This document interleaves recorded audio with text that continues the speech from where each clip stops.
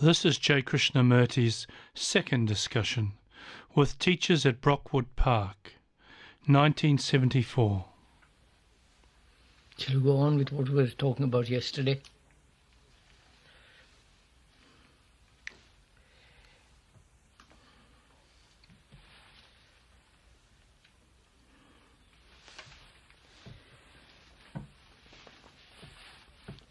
I like to approach the problem of conditioning in a different way, may we?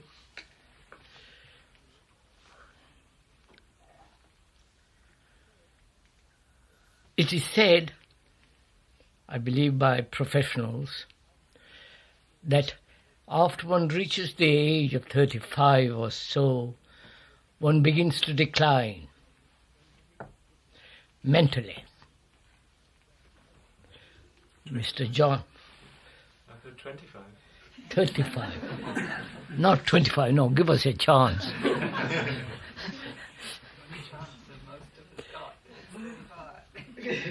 Mr. John was reminding me of it the other day in the tent. And also, Aldous Huxley used to talk about it a little bit, because there was, I believe, a book written about it all.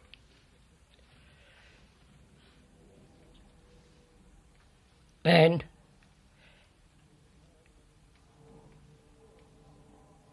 is maturity a decline? That's what is implied.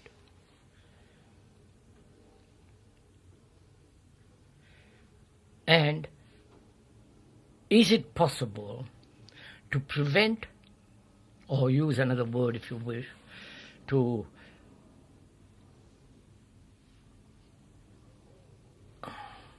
ward off old age at 35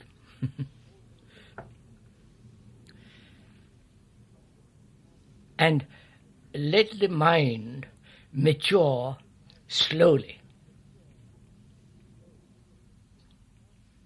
Mature, not reach a height and then decline, but keep on maturing as it grows, older and older and older, more and more mature, more and more alive, more and more intelligent, and all the rest of it.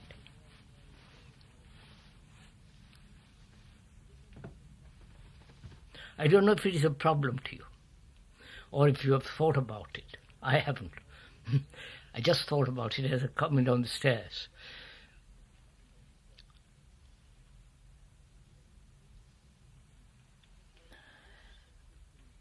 Our education consists in cultivating memory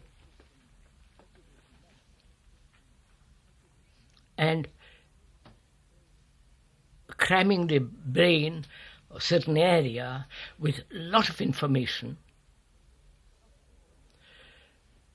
about almost every subject, and more one specializes, the more the decline, I think, is. Just a minute. I'm just investigating, don't... And is that one of the causes of our decline? You understand my question?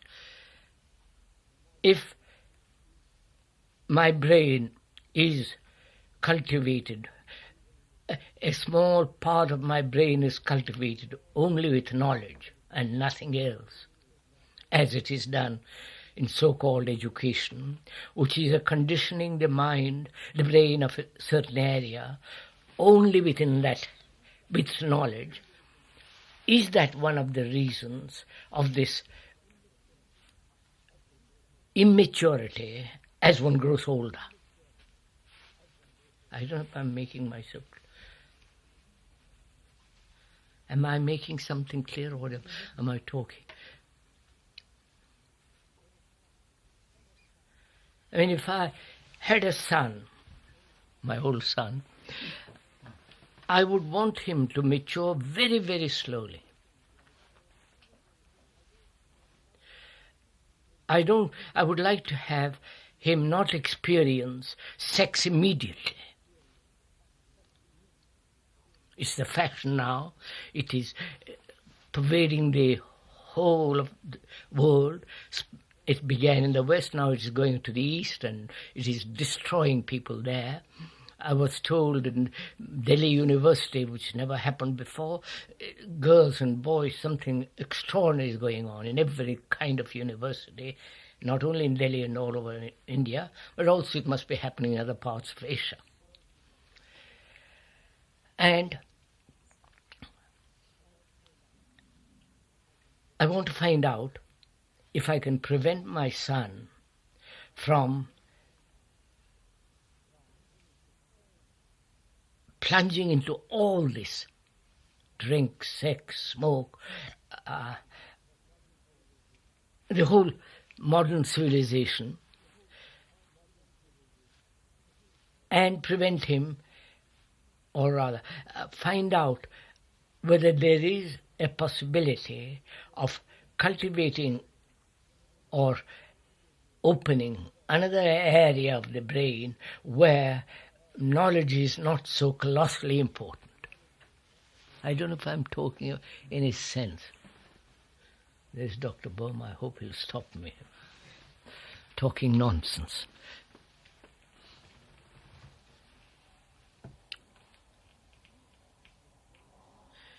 Is maturity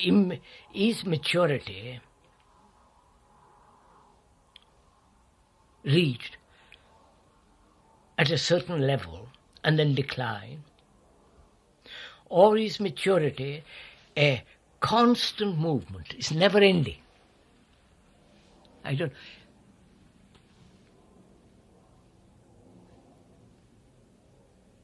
may live 80 years and the maturity must go on still.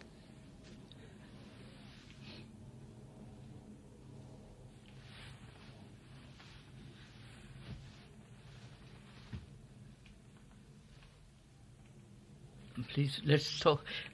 It's a rather interesting subject if we can go into it, because it might reveal something in our education, how to bring up a student, how to help him to mature very, very, very slowly.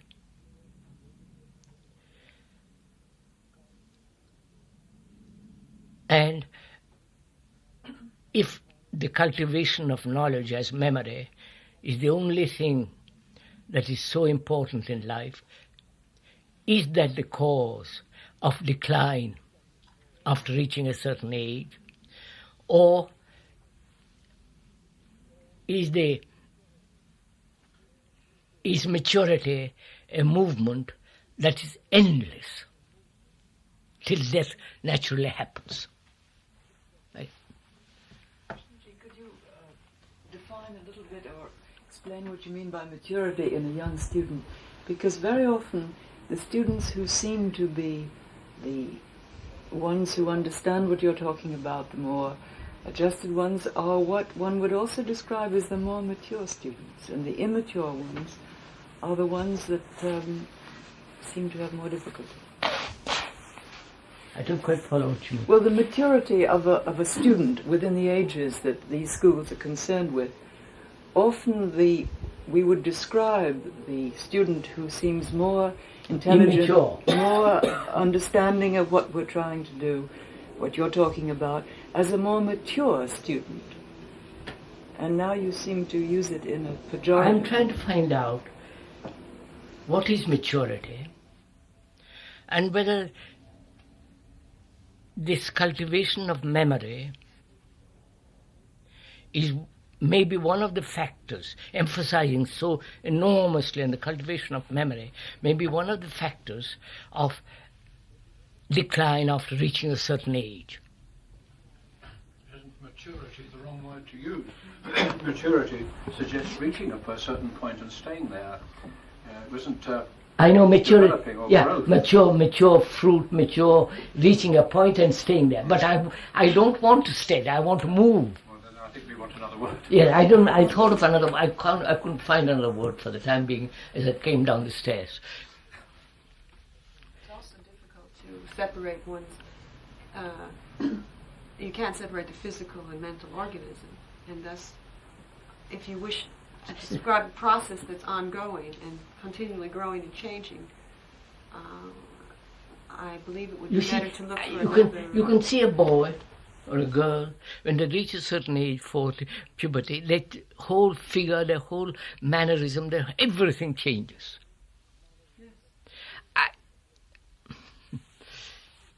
They become coarser, they become, everything. The childhood goes and something else takes its place. Well, don't they start mimicking what they want? I don't know, I'm just pushing around, inquiring, you see. I want to find out if it is the fault of our conditioning that so-called maturity, if you find a better word, do tell me, is reaching a point and remaining there and then decline, or is maturity a thing that goes on indefinitely till you die? Maturity, it's not the right word. Let's use growth. You spoke once of dividing the life of man from the child when he had toys, the demands of each age. And you spoke of the demands of the child, the demands of sex, which you said should be through by about 20, the demands of a business responsibility and family, and then you said the wisdom of 80, and could you invite the wisdom of 80 into the age of 20? Yeah. But that you did say that each age has its demands. I mean, I don't know what I said. Demands are the demands of the body. I'd like to... You're all too quick for me. I want to find out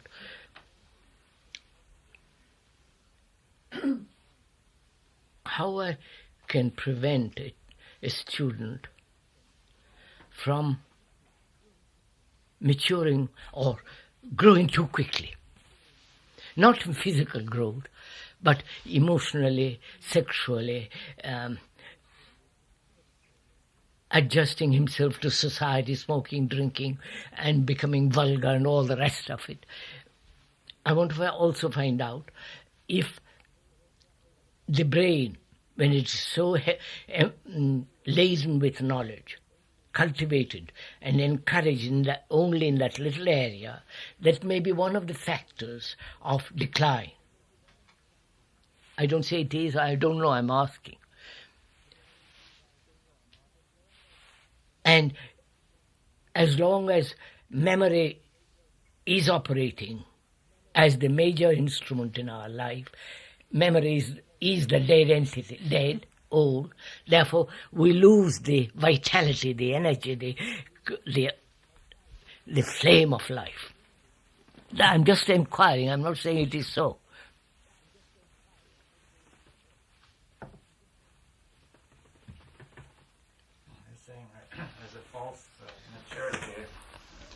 Due to knowledge, as opposed as different from a genuine growth, you see, which say in childhood the growth is going on, but at some point knowledge comes in. Yes, sir. Which produces false maturity.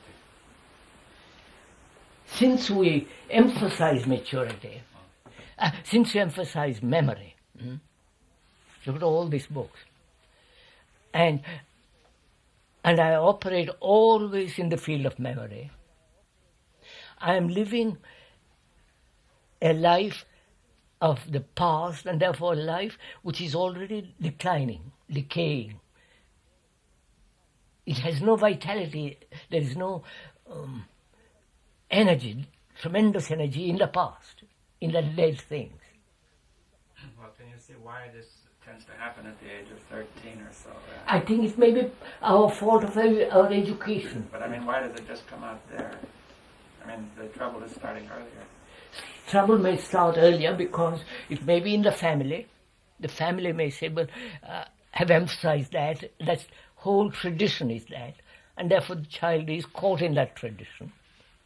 I'm just looking at it, I'm not pleased. I think it comes to a forefront at that age because the demand, it becomes to the forefront at that age in the sense that the demands on the child, the expectations placed on him, his hormonal changes. Yes, that is, you are pushing him all the time, the pressure of society. But as David says, it's going on from you can see it in a 2-year-old child.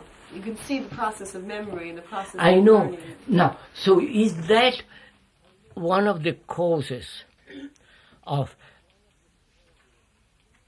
decline after reaching a certain age? The storage of knowledge. Yeah, I mean, always responding from knowledge, always acting from knowledge.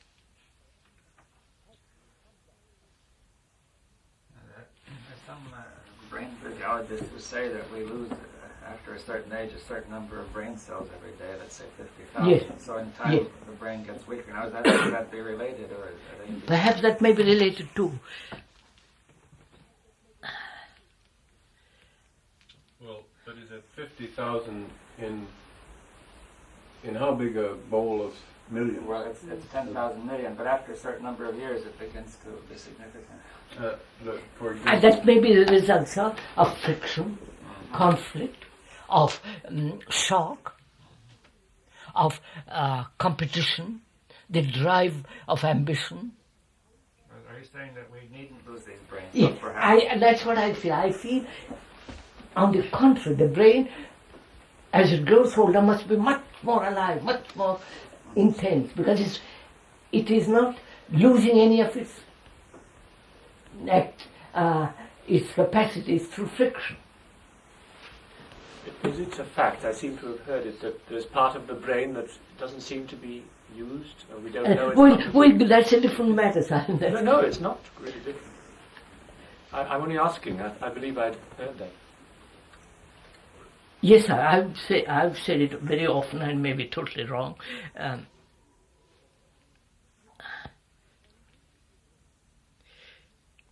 Can we prevent, through education, I'm using the word prevent, better word maybe, ward off this conflict in the student, which may be the factor of decline?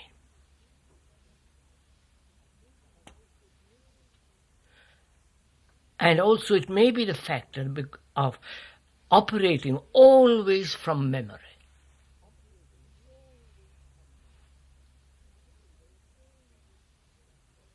Is this a vain subject? And Papa,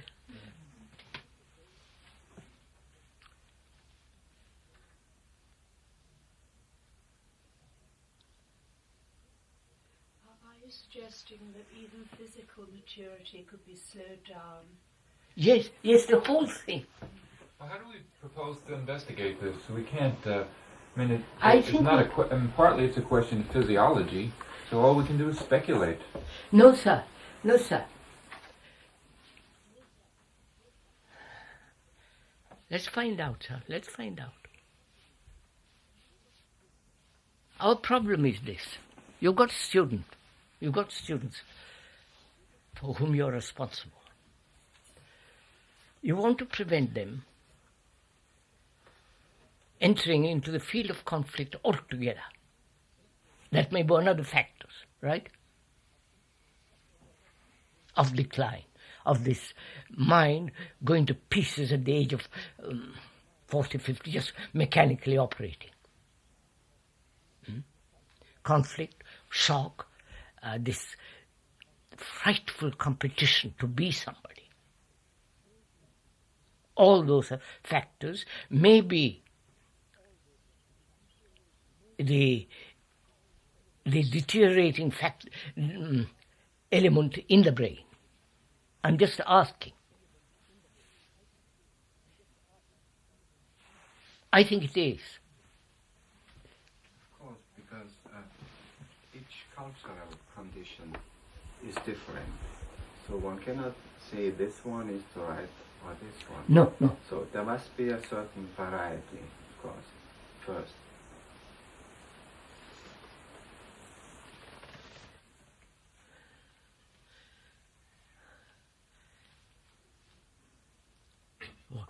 We stopped. Well, a certain amount of knowledge is...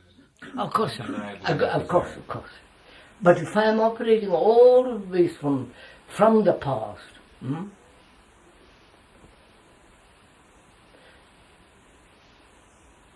I'm living a life of living in death, all this in the past. When I live in the past, there is nothing.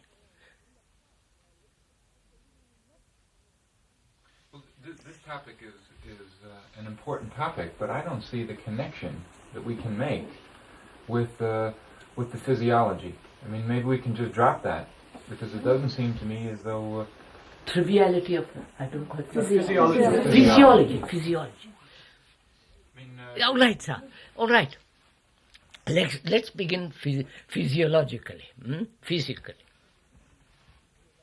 Can we prevent, in quotes, prevent a student from indulging in all the things which society around him is encouraging? Immediate sex experience, immediate satisfaction of drinking. You follow all the things that are happening around him.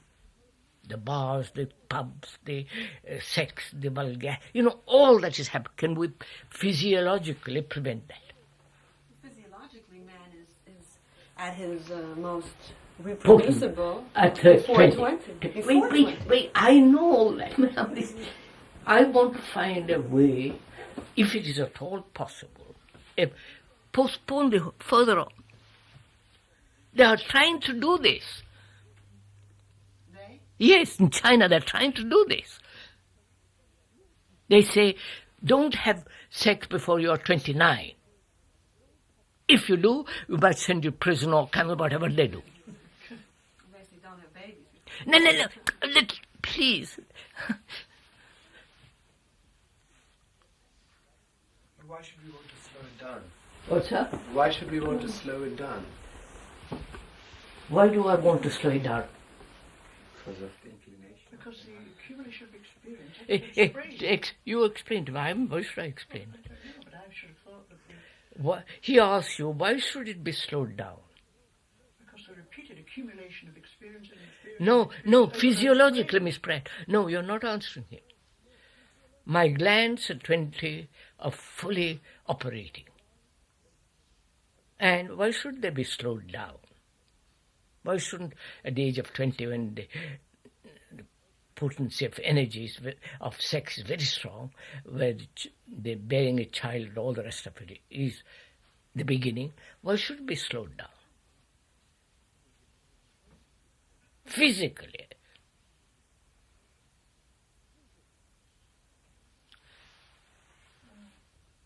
Answer, sir.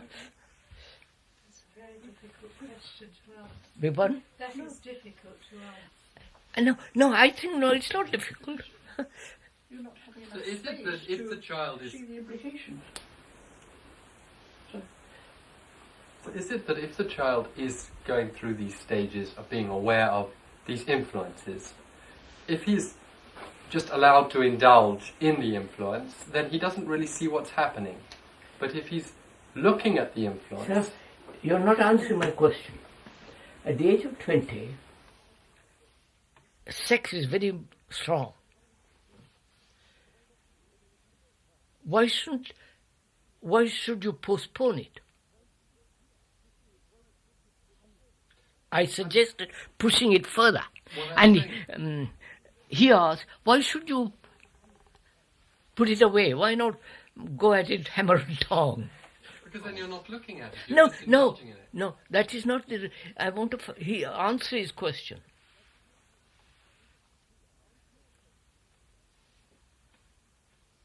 Well, it's a tremendous depletion of energy, and aren't you beginning the process of deterioration at a very rapid rate already at the age of 20? That's as a doctor you're saying this. Yes. How is that satisfy your answer? Well, it's a based on speculation that the deterioration is arrived at through sexual activity. No, I think no, she doesn't say that. She doesn't actually say that. She says that don't waste that energy at that age. Maybe you receive more. You don't see the full implications of your actions and all the total thing. And so you're saying, I think... Don't, she's saying, let's put it down the other way. Don't emphasize that particular kind of energy. Don't give it all importance. But are you also saying that what we're talking about that normally happens at 20, can we physiologically push it ahead? Can we physiologically make a person of 30 or 35 or 40 hormonally and actively... Wait, madam. Is this what you mean? Go into it in a different way. Look at it differently. What is the function of living? Let's look at it that way. What is existence? Apart from the traditional marriage, sex, marriage, children, office, responsibility, earning money, and quarrels and incessant battles and dependency and this enormous struggle. We are asking, what is the meaning of all this?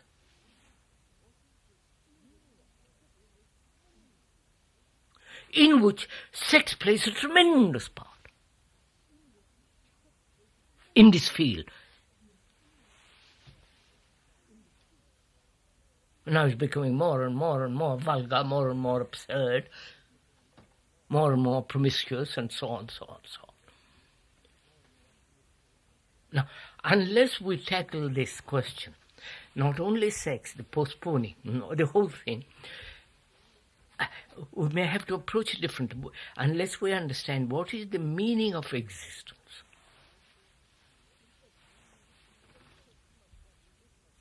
If that isn't clear, then sex must happen, this must happen, the other must happen. It's normal and we'll support it. If our education is to encourage the furthering of this absurd society,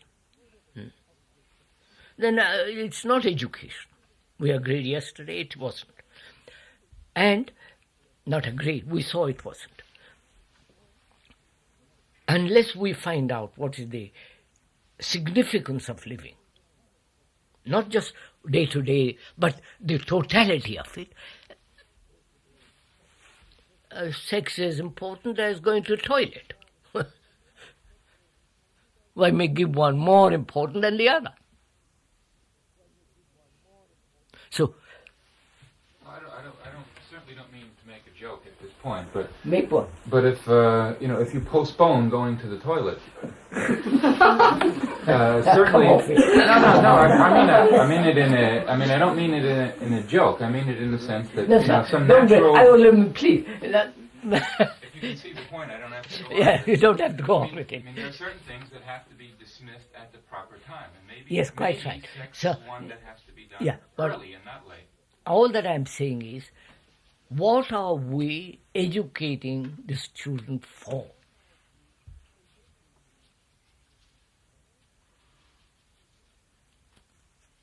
Right?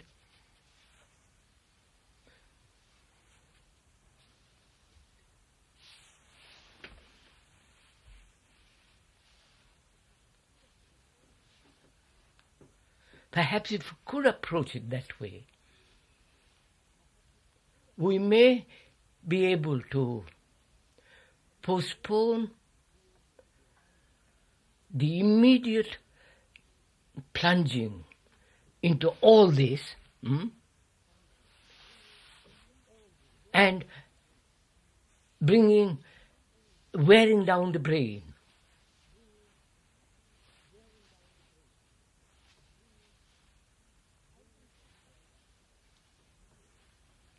I don't want to wear down my brain. You understand? I mean, I can't prevent it. But I want the brain to operate till the last moment, fully. Therefore, I want to find out how to prevent shocks to it. You understand, sir?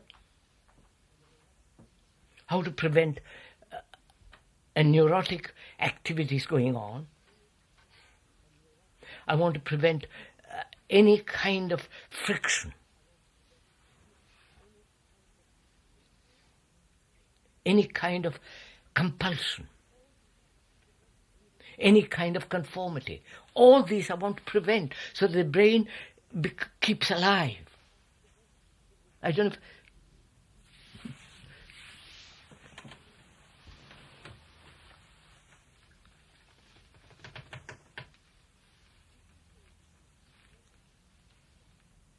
If we say education is merely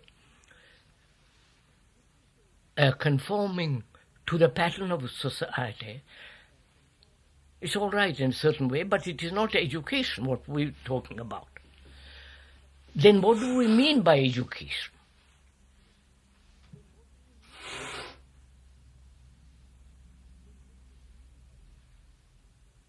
Go on, so let's... Surely it's to awaken the intelligence. Yes, but is that intelligence, to awaken that intelligence,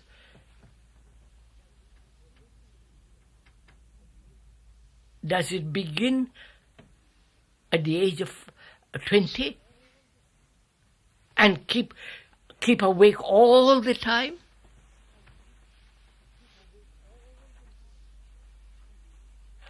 You discuss it, I don't know. Is it really to awaken? Oh, sir? Is it really the aim to awaken intelligence, or is the intelligence already there and we have to... This is the eternal question. Prevent This is the eternal question, which is, intelligence is already there. It's not a question of awakening it. Remove the layers of illusion or ignorance or stupidity, and intelligence will operate. That is the good old the theological concept of life. The soul is there, God is there, the infinite is in there, and all that you have to do is remove the layers, and then that will operate. That means I accept as a belief that it is there. I start with that belief.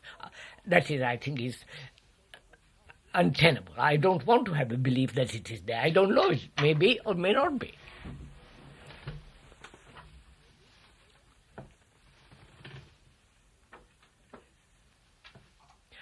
Please, does this interest, is this any meaning, all this?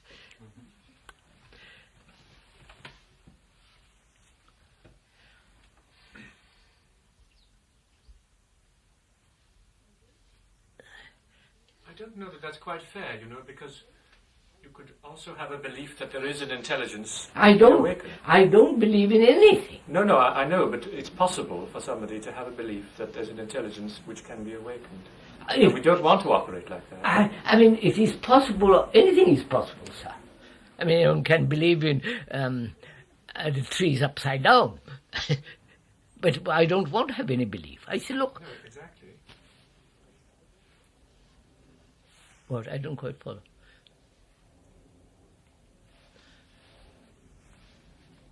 I'm not contradicting that. No, I don't.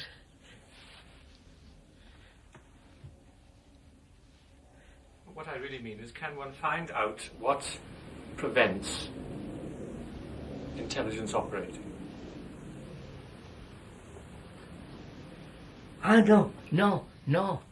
Not prevent what is intelligence operating. We live unintelligently.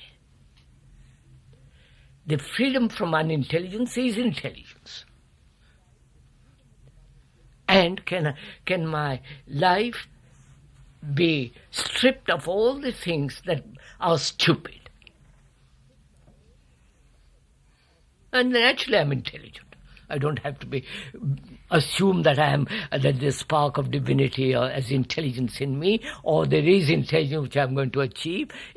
Strip me of all the stupidity and there is intelligence. And the stripping process is not a layering. The stripping process is seeing the facts, and the layers can all be removed. You understand? It seems we were talking about conditioning, and that Joe wondered if you can't postpone using the toilet for various obvious reasons. Now, in that is implied something about an understanding that there's something important in sex that has nothing to do with conditioning, which implies that... I don't bring in sex for the moment. I want to find out, sir, if it is possible to educate a student not to enter into the field of conflict at all.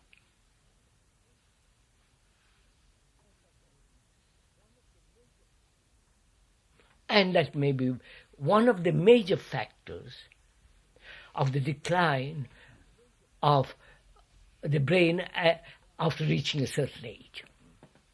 That's all I'm saying.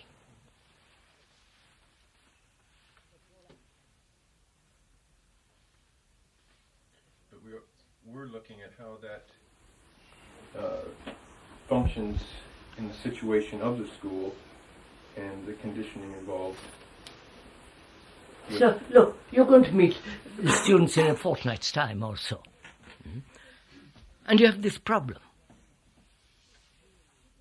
And if one is really loves one's son or students, or I'm consumed with that problem. I want to prevent him. Not to enter into all this beastly business of existence.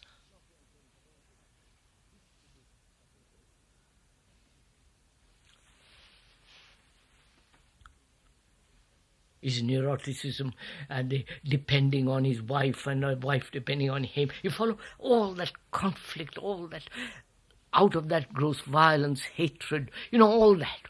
I would do anything to prevent it. It's my responsibility as an older man to see that he doesn't enter into that field ever.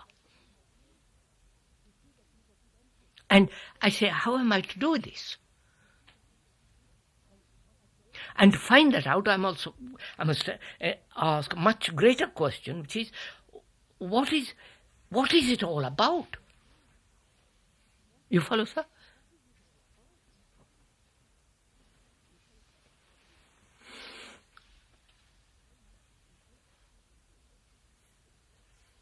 Why should he live without conflict?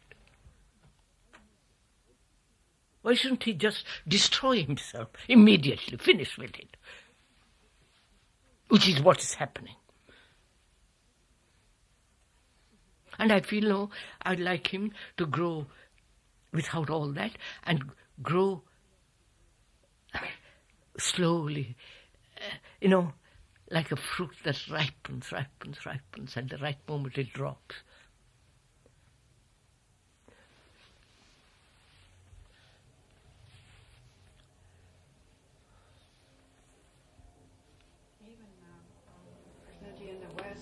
Puberty is coming much earlier than it is in the East.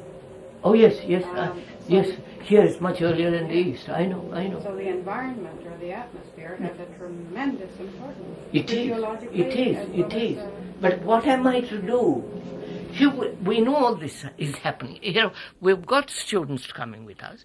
To us, we are responsible for them. What is our education?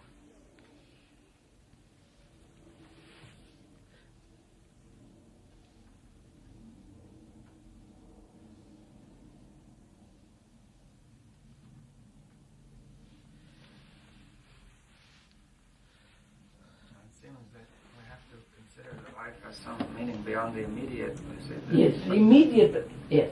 But you see, in the past, people, for example, may have thought of God or as the meaning of life, and that has vanished. Yes.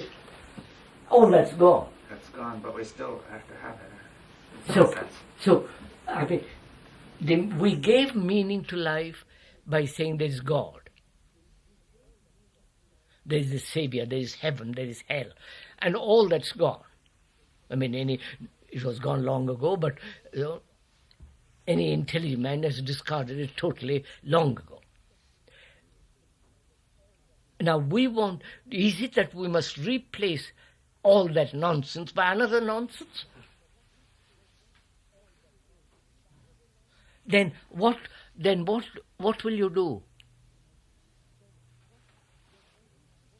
Well, you're not suggesting that we're going to replace it by some sensible I don't series, want something that we can describe. No. So the point is this: we have lived in illusion. That gave us security. God, all Jesus, all that. Brush all that aside. And I am left naked. And being left naked, I immediately I'm only concerned with the immediate actions, immediate fulfillments, immediate urges. Because I believed in God, God said, don't do this, do that, otherwise you'll be punished, if all that. Therefore I restrain myself. Well, I mean, certainly some people could, when you throw away this concept of God, certainly they could become acting from their immediate impulses. But is this necessary? No, of course not. But that's generally what happens. Like modern world, that's what's happening. But we don't want to replace it with some other more... Nonsense. Nonsense. More logical nonsense. Well, whether it's Western science or Eastern philosophy. So, is it a matter of replacing, or is it seeing the false, and therefore seeing the truth of the false? The truth. You want to say? Seeing the false. Yeah. Seeing the false implies that I see the truth. I'm seeing of course. If I see something false, the very seeing of the false is the truth.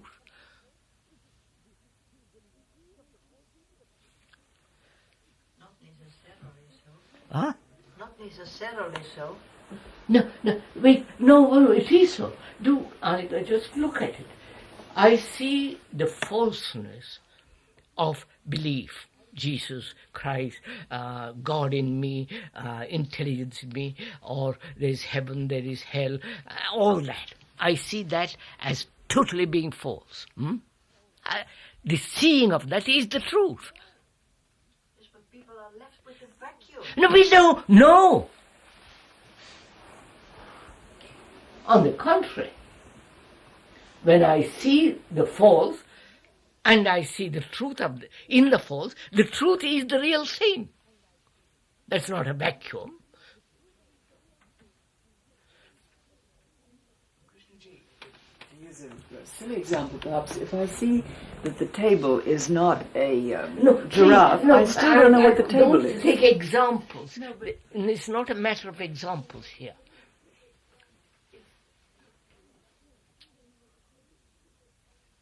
It's a matter of perception, it's a matter of seeing, a matter of listening, a matter of looking. But if you see a false thing, do you necessarily see a true thing? Of course, if I see something false, I've seen the truth of that falseness. But you haven't seen the truth of whatever the thing you were considering is, necessarily, have you? I don't follow you at all. Well, if you look at something and you see that it is not something... I'm taking the specific. All right. I am taking the belief in God, in saviors, in all that. I see that as being false. How did you do that? Huh? How do I see it? Yeah, I mean, how did you do it? Did you do it by considering that it was the truth? No, I see it because it has no reality. It has no reality because it's an invention of thought, and so on, so on, so on.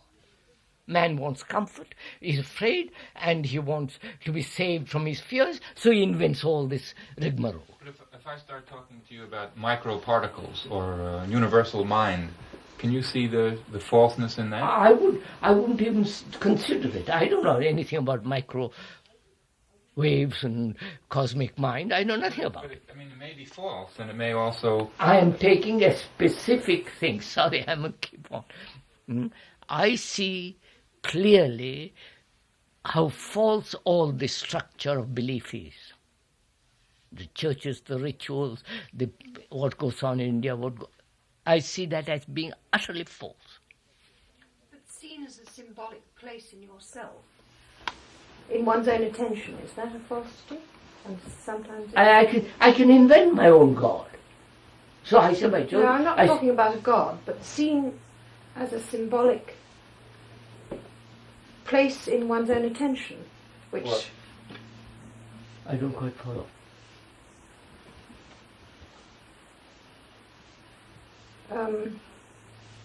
Well, seen as certain laws that can come together within oneself. Certain laws coming between...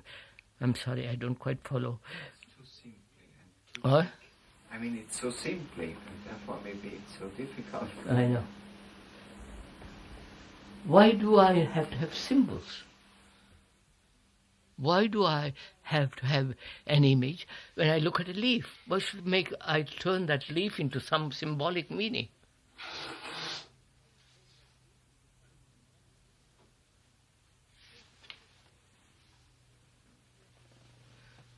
So, look, sir, you say, how do you know all this is false? First of all, what it has done in the world, right?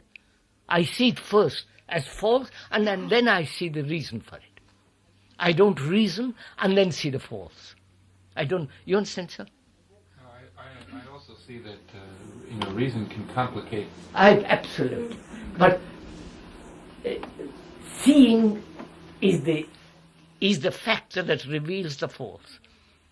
And then I can, round that factor, I can reason.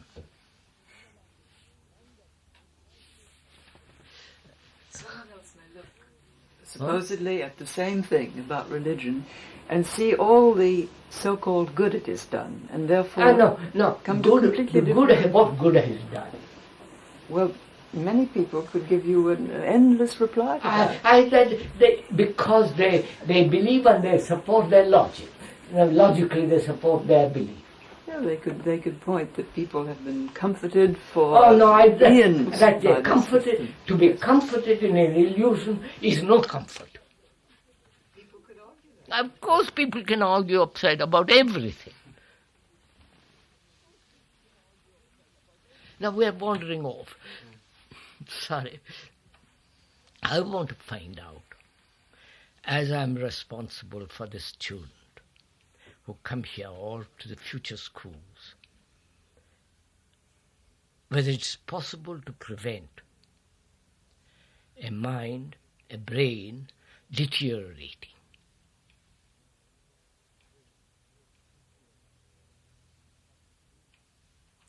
A brain that has been, that is cultured to live only in the past,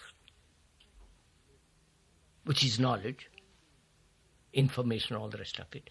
And that may be one of the factors. I don't say it is. I'm just asking for the investigation. And that may be one of the factors of this reaching a certain age and then declining.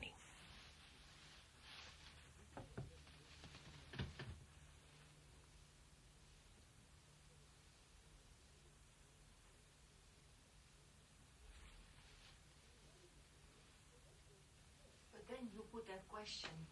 What do we educate for? I'm asking that, yes. So, what are formerly, all the religions gave a certain sense to life. And that has become an illusion now. It's seen by many as an illusion. Yes. But nothing else has taken that place. No, because somebody has said it's an illusion, you accept it. No, people see it themselves. But how do they see it? Because they see the result, they see what, what it means. No. You see, we're going back to something again. You want to replace the false by another false, or what you consider by truth. I said, don't replace it. What you replace will be equally false. No, but you said seeing the false. That is the truth. It's enough then. And that truth is not vacuum. It's not an empty nothingness. But for most people... And I'm not... For most people, they want the pub. It is a vacuum. No, they want the pub. Everywhere. For most people, they want the pub. All right, let them have it. Isn't it a vacuum when they half see it? No, of course. I must come back to this. Sorry. Well, if we could have students learn to see the false, I think we've done a fabulous job. That's what I want to get at. I think we should have done a fabulous job, as we call it, if we can do this. And can we? Can we show or explain or give them the feeling? For God's sake, don't enter into that field.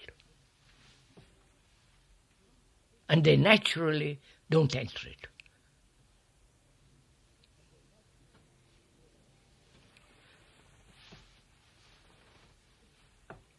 Because that field is neurotic, that field is everything you can name it. It's a garbage. You have to enter it to some extent in order to look at it. Yes, but I want to be clear that I do not want him to enter into that field at any price.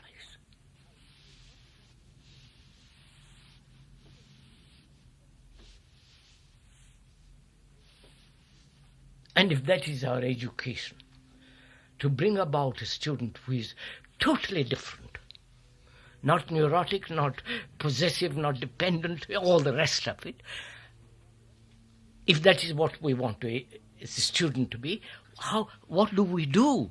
How do we set about it? Apart from teaching mathematics, how shall I convey to him the urgency, the importance, the absolute necessity of this thing?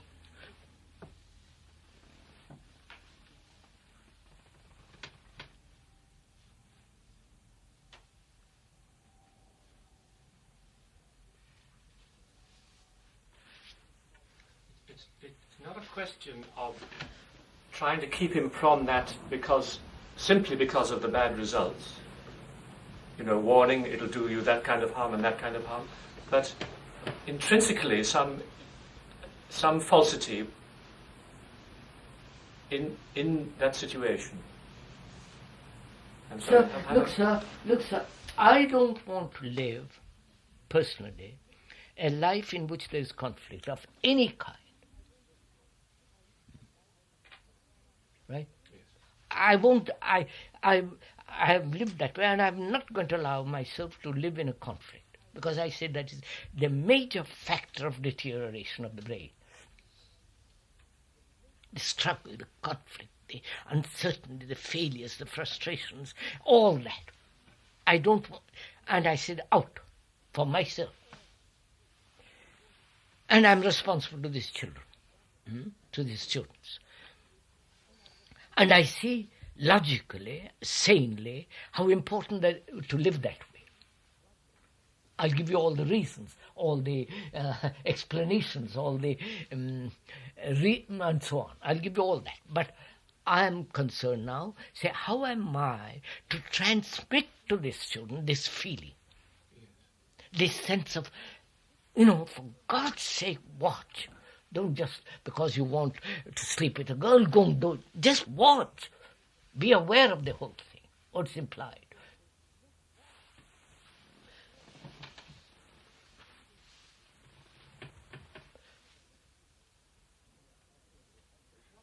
One can give the reasons and explain the consequences. That won't do. I mean, but it's not enough. There's another factor. Therefore, I want to find out that factor.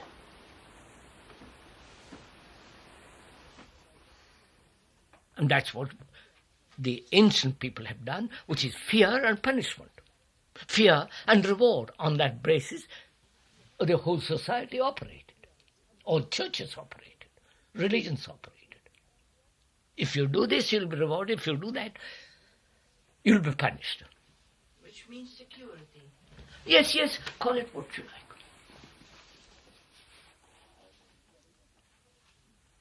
Now how am I to educate these students differently so that they don't enter into the neurotic world? And the world is neurotic, so I don't want them to be neurotic.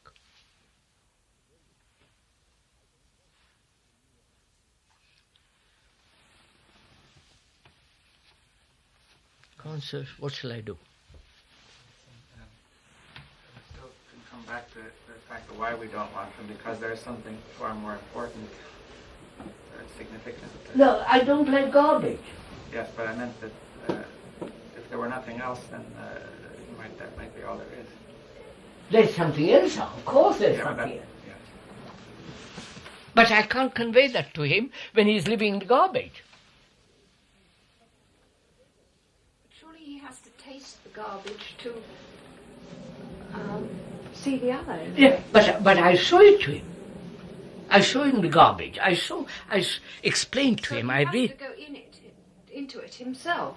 But he's in the garbage. He He comes out of garbage. His family is garbage. Sorry. His environment is garbage. Everything is rotten around him. And he comes out of that and he's dumped here, or willingly, happily or unhappily. He's left here, and it's my responsibility to see that never enters into that field again and cleansed of his garbage while he's here. And so that he's everlastingly free of all that. That's my responsibility. Now, how do I translate that responsibility? What am I to do with that chap? You don't discuss that. You come to the point. What shall we do? Mr. John, come on, discuss with me. What am I to do with this?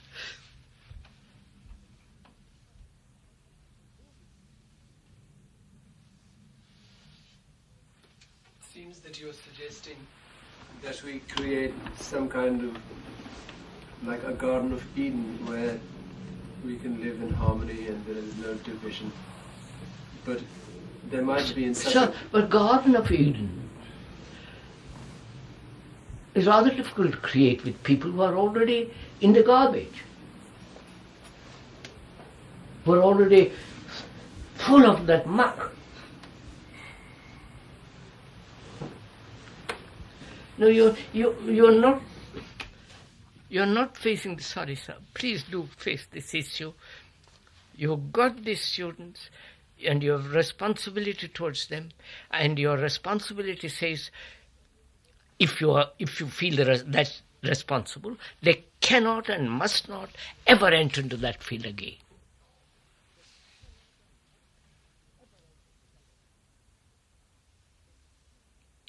Well, you've spoken of seeing the false as the false. And is there some central illusion or preconception I have about myself which is generating the garbage? Sir, can I discuss that? I know. Let me, sir, that's not my problem. That's not my problem. Sorry, excuse me. I have these students with me tomorrow. When I say myself, I'm including this. Yes, I have these students with me tomorrow. What am I to do?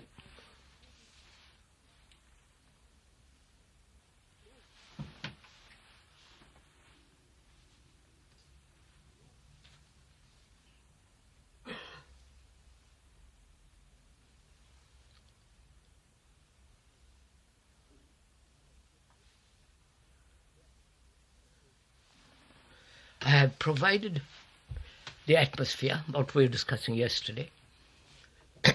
I've provided a sense of irrevocable stability, truth and all the rest of it. And he comes here to be unconditioned, and myself in his relationship, unconditioned myself. It's an interactive process. Admit that. Then how am I to deal with this? The problem that having come from that rotten field, he's the product of that rotten field. And my responsibility is to cleanse him of that field. How is this rotten field fact different than the looking at the conditioning that we were... I'm putting it same thing differently. Move from there. I said I would approach at the beginning differently. Now, how am I, as one of the members of the staff, how am I to free him from that rotten field of which he's the flower, or which he's part of that? But I come from the same rotten field myself. Right. You don't see it? Why not? I come from the same... Therefore, can you see that field and strip yourself off? Take a bath, do anything, get rid of it. Because if I don't get rid of it, I'm contaminating more and more the child. Obviously, I mean, it's the mutual interactive process, and if I am not clean, he will not be clean. But can't we find out together? Huh? Can't we find out together? We are doing it. I'm doing it now. That's what we are doing. Yeah, with the children. We are doing it now, not with the student. Now, what are we to do? I'm part of that field. I have come from that field. That rotten field has produced me. And here I am. And I say, for God's sake, deal with it. Don't theorize.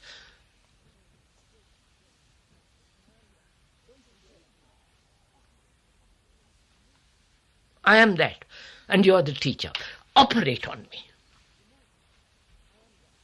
Not with surgeon's knife, but operate, remove that thing out of me.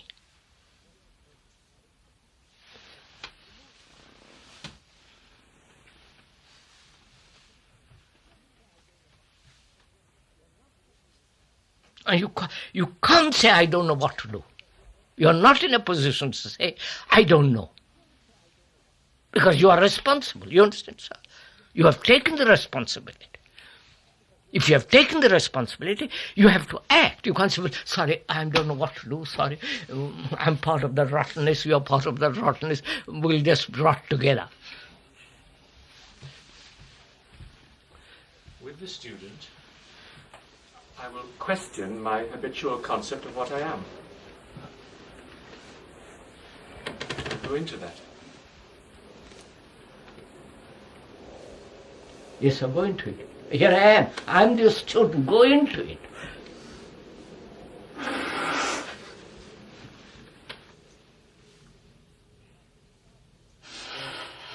I say, so what are you? You're part of that garbage. Sorry. How do you get rid of your garbage to help me to get rid of my garbage? Go on, so operate.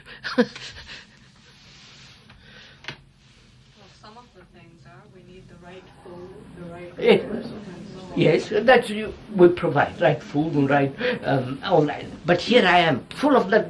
You're not meeting my problem.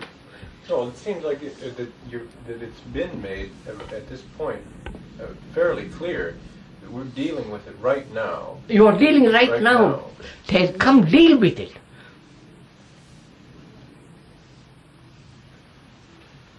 So you said earlier that you say that I don't know what to do with this rottenness. You don't know what to do with this rottenness. But one doesn't know what to do with this. I'm sorry, I said to you, you can't say I don't know. Then you're irresponsible. But I don't know. Then you are responsible. No, sir, you're missing my point. The moment you are responsible, a totally different kind of operation takes place. You've got to find out. You can't say, well, I don't know, let's talk about it. In the meantime, I rot. Your responsibility makes you, you follow, drives you to find out.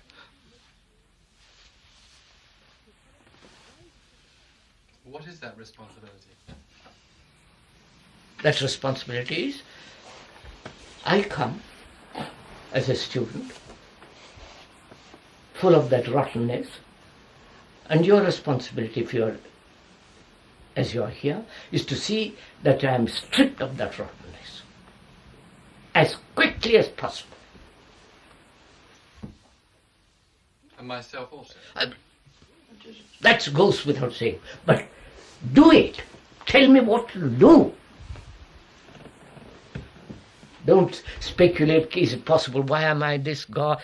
It is irrelevant to me. I come suffering, I come with tears in my eyes, and we say, now let's talk about it.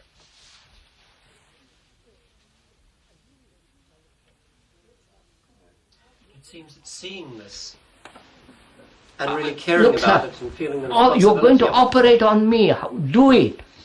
That it seems that in the relationship, in the responsibility on feeling. Do it with me. I'm your student. I'm come from that rotten field. What will you do with me? How will you talk to me? Talk to me.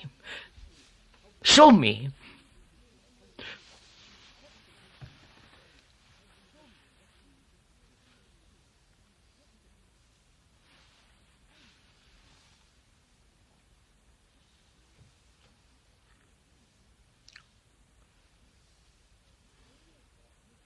Well, I don't see offhand what's rotten about you.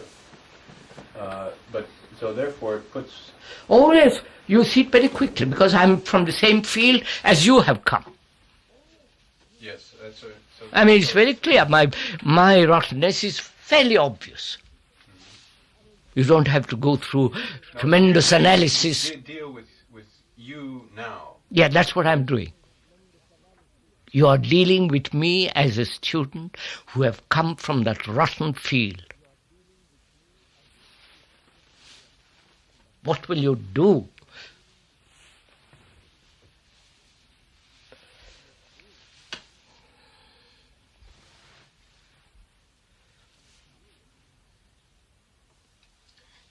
When I deal with my own rottenness, aren't I dealing with the student's rottenness at the same time?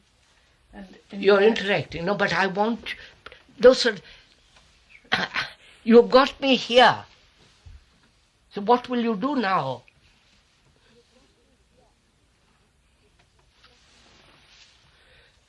And you're going to be faced with this question in 10 days' time or fortnight's time. What will you do? Make all the attention I'm capable Do of. it now, madam. I think I'd ask you what you mean by the word I.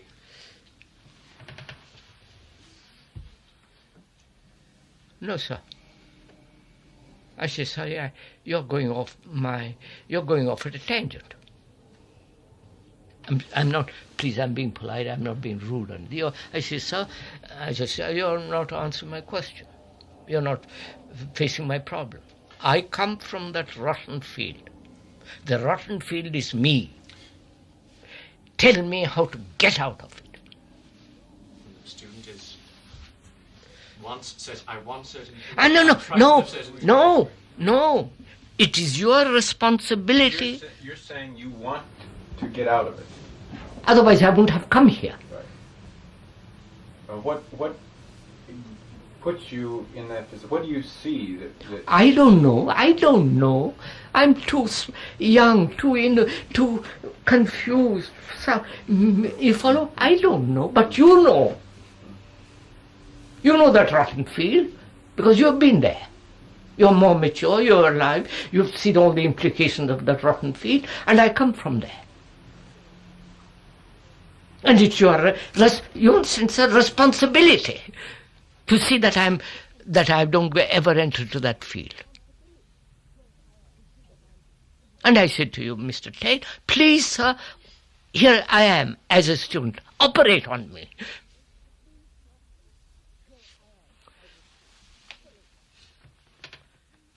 What will you do? What can you do?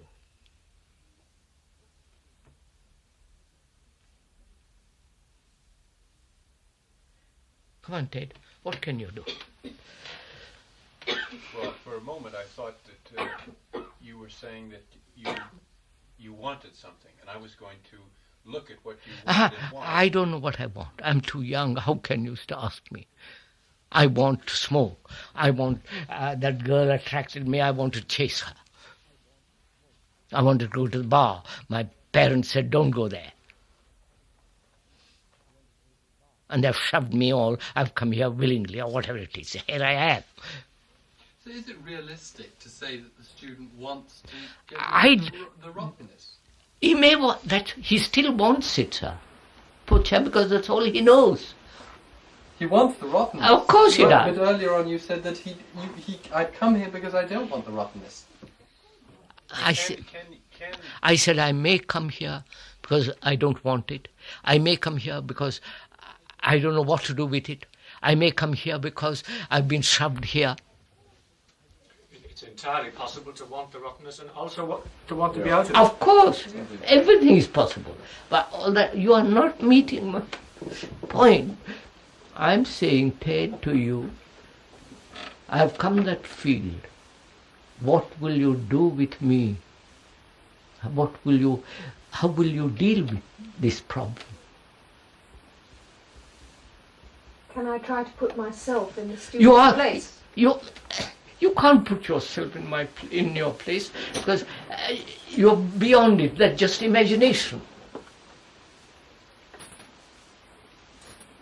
That's mere empathy or sympathy or whatever it is. I don't want you to do that. You don't help me by putting yourself in my place. You'll be patronizing, tolerating, you will pat me on the shoulder and say, poor old boy, you will get over it or something. I don't want all that. And you can't see how you're attached and using the things that you want. You don't see that. Look, Ted, you're missing the point. Sorry. Here I am, your student. You want to educate me so that I will never enter into that field.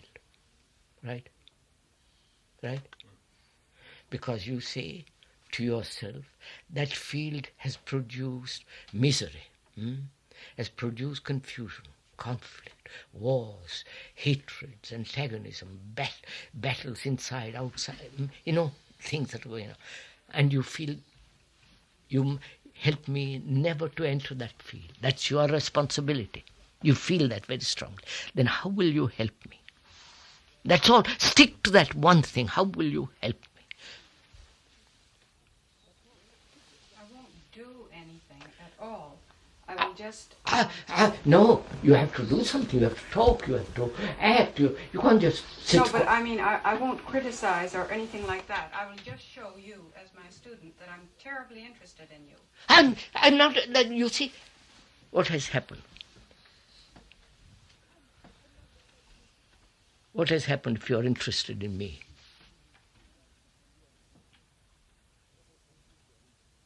Do you say that to your son, that I'm terribly interested in you? No, but... No, put it... Not interest, but love. Therefore, what will you do with me? Love me? Be kind to me?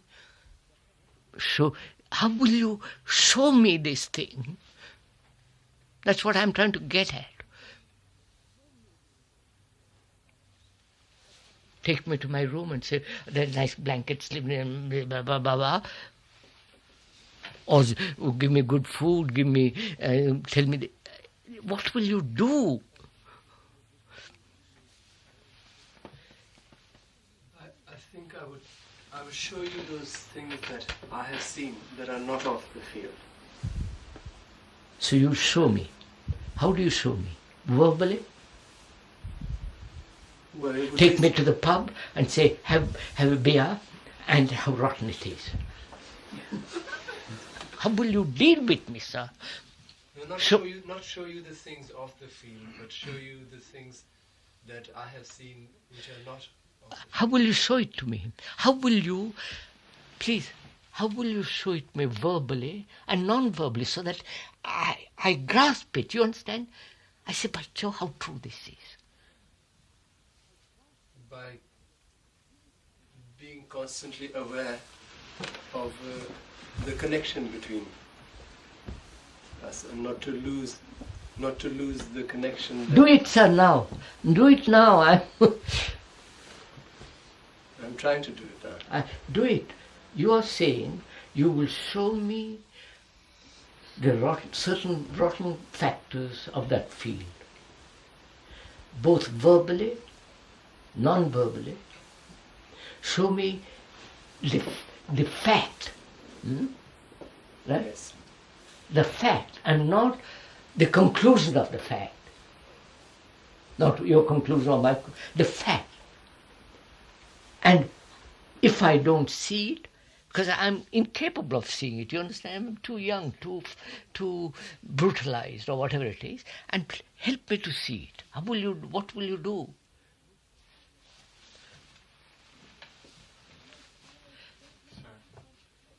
You must be constantly aware. I know, don't tell me to be constant. I don't know what you're talking about. Don't tell me to be constantly aware. As you're talking to the student, realize that you cannot become an authority over the student. But do not let that act take place. All right, you are not authority. Then you leave me in a position where I have to find out for myself. So I go to the pub. I think a caring will come along with that. I know. So, the moment... Now, who creates authority? You do. By my disorder, by my confusion, I make you into my authority. Because you at least look safe, you look secure, you're older, so out of my misery I make you out of the authority. So what? I'm putting on to you authority, though you don't want it. So you have to deal with this, sir.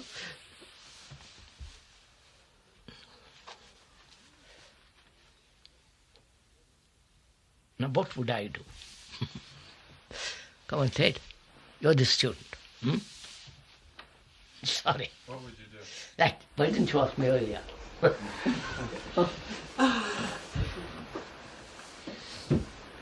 What would I do?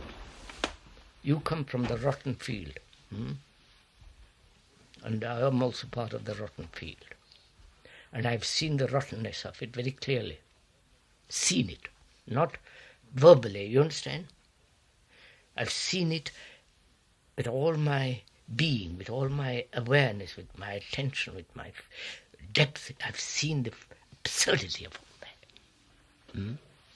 And you're my student.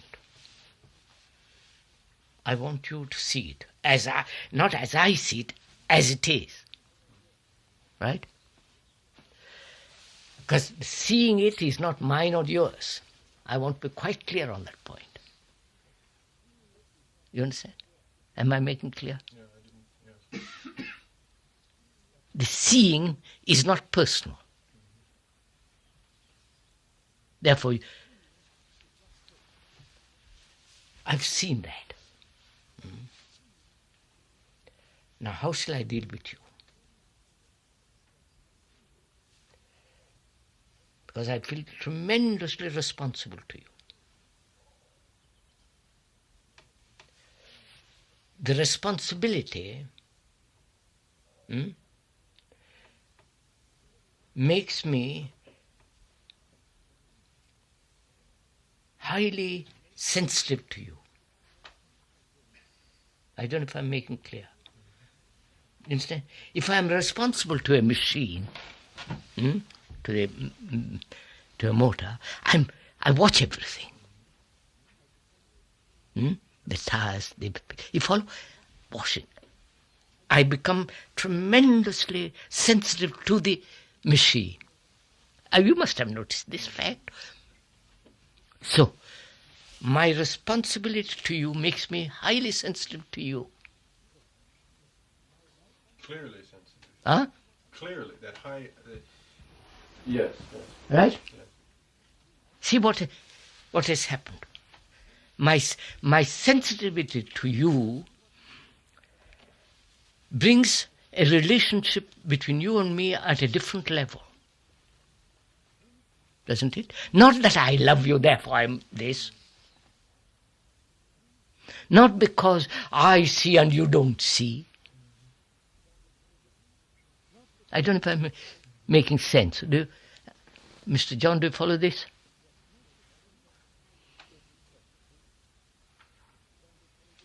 You are the student also.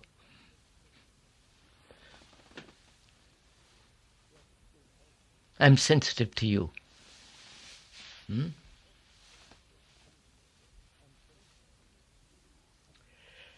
What takes place when there is sensitivity between you and me? You are not sensitive, I am. To you. Right? Are we following this, or am I talking? You mean your level of attention, your sensitivity calls forth in me? No, I'm not concerned with you. You see, you're always... He asked me how I would deal with it. Well, there's at least two things happening here. Yes. But on one, if I take the role of the student and I say to you, I don't care about that. I just want to go out and I want to swim in the pool. I don't want to hear it. Wait, quite right. But I'm... But is that what's happening to you now? Let's get... No, I mean, okay, so that, that, but with that out of the way... Yes, but I'm saying, sir, look, I'm not talking about the student. He said to me, asked me how I would deal with it. You understand? Yeah, but you're dealing with us. Yes, I said as the student, coming from that field, and I said, and he asked me, how would you deal with this, with me? And I'm doing it. You follow? Dealing with Ted and not with Ted, I'm taking him as a student for the moment. If the student says go to hell, that's the end of it. But if the student is unfortunately there, so I have to deal with him. And I said, this is how I would deal with him. Deal with him in relationship to me. So I say, my responsibility makes me highly sensitive. Right? As I'm highly sensitive to the motor, to a car. If I'm utterly responsible, I see there's enough air in the tires, the oil, this and clean. I feel responsible. You follow, sir? Huh? But then you have to do something. I'm doing it. Wait. What do you do with regard to the person? I'm doing it. You said you're sensitive. I'm coming. You're not meeting my... I've become sensitive. That is important. That's all I'm talking about. Being sensitive in that sense that I care infinitely for the car. You understand, sir? I want it polished. I want it cleaned. I clean it. You follow? My very sensitivity to the car makes me act.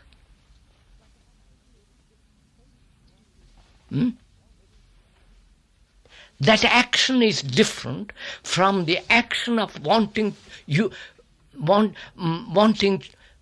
be different. I don't know if you see the difference. Do you?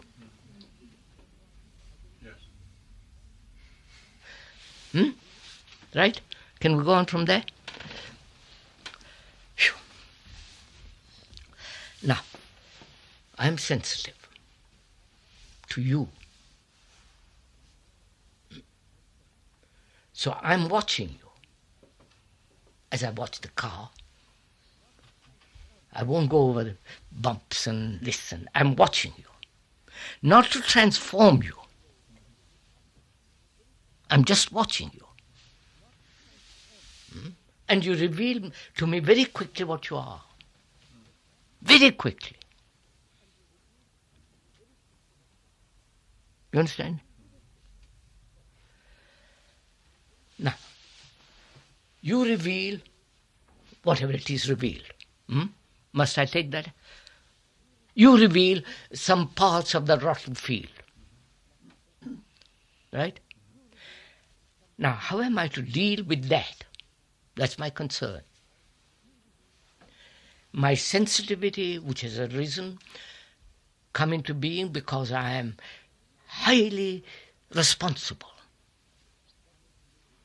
The responsibility is bringing it. I don't know if you see that. That is a major factor. Not because I love you, I love universe, all my children or my children. That's gooey stuff. But being utterly responsible has brought this. You see the difference, right? That sensitivity to you reveals very quickly your whole structure, like a car. Now, having revealed, then I'm in a different position. My relationship is different.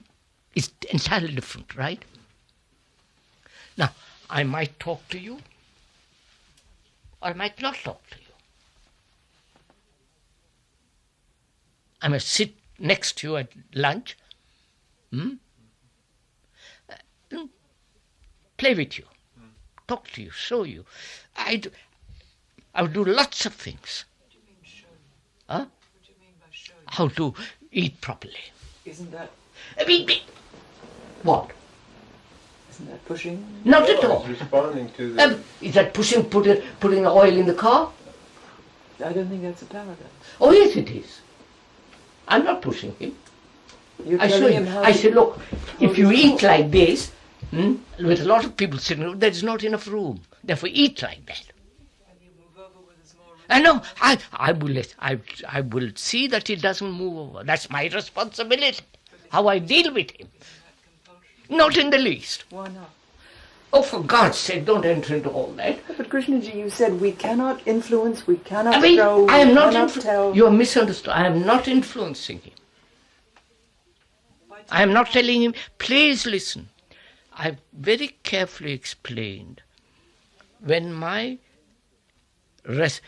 feel responsible, that very responsibility creates a certain sensitivity in me. Right? And I'm sensitive to you as my student. Therefore, that sensitivity reveals what you are. What you are, not what I think you are. What actually you are, I see what you are. Crude, not you, crude, wanting your way, wanting to, afraid, all the rest of it. Now, I'm going to deal with it. I have to deal with it. Without compulsion, without imitation, without example, all the rest of it. So I sit down. I'll do it very quickly, I assure you. Whether I'm walking with you, or talking, or in the class, eating, I'll find a way. Very quickly. As I would find a way with any machinery. I'm using the machinery as an example because I think it's a fairly good example. I'm very careful when I drive, not to go over the bumps. To keep it, you follow the whole of it. My point is, unless I feel utterly totally responsible, I won't have this feeling of sensitivity.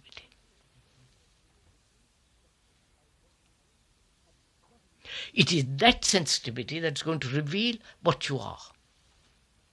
Not clairvoyance, you follow all that. It may enter into that. Being highly sensitive, you tell me a great deal than you want to tell me.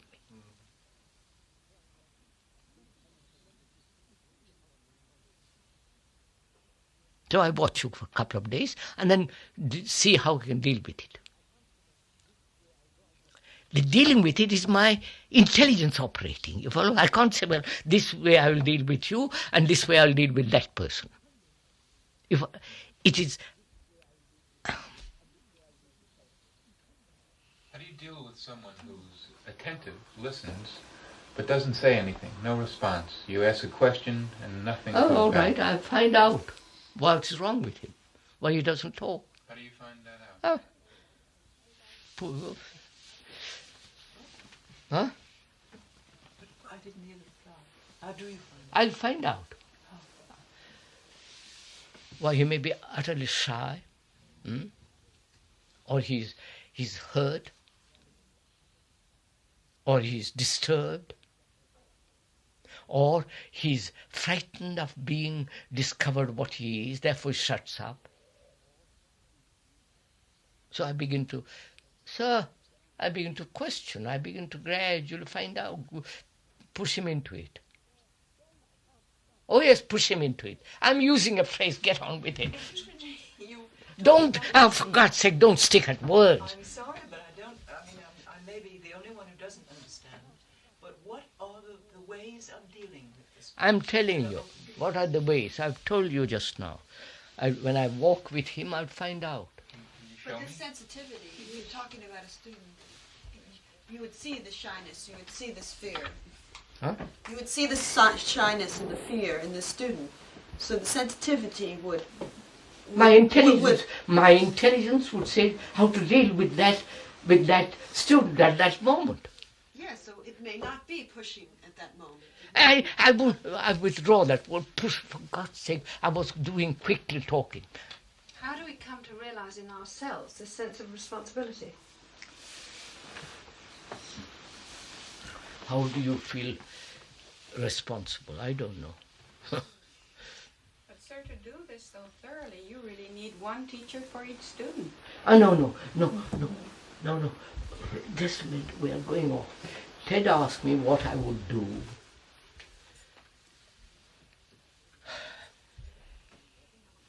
If he was my student, what would I do?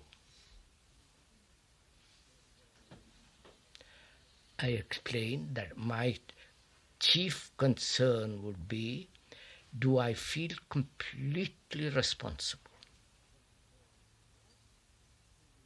for Ted, for students? Not to make them into something, responsible.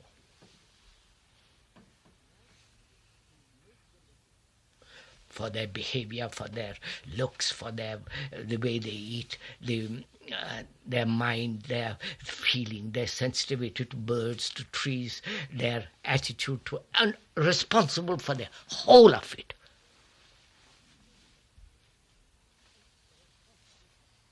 How can the sense of responsibility be awakened in myself?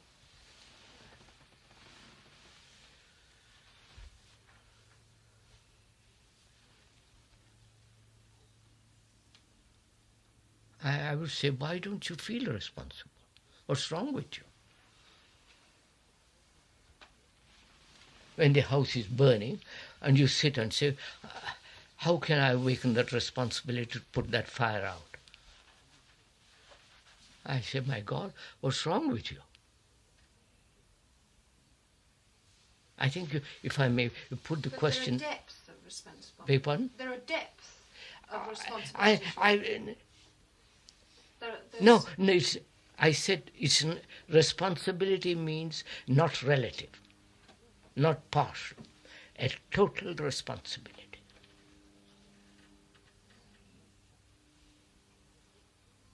Not dependent on my moods and my inclinations, I'm responsible to put the fire out.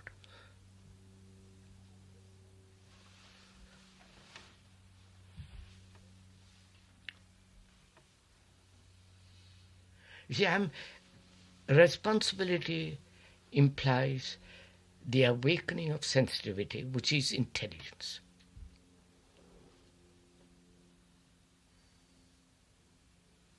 My intelligence, that intelligence, not mine, that intelligence will operate when I sit next to a student at table, I'll find out that the intelligence will operate, which may tell him, look, I'll do lots of things.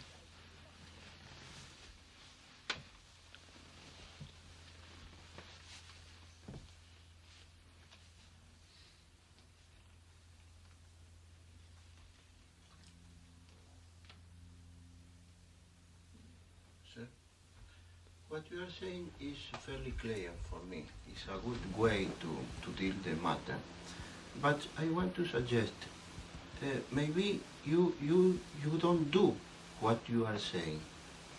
Maybe you see the whole machinery, in your example, rather far, from far. You are saying what you're talking about you're not doing. So maybe he's saying... No, not maybe. Not maybe. In my perception, I think you are rather far from the machinery. I understand. You are saying that I am not actually member of the staff.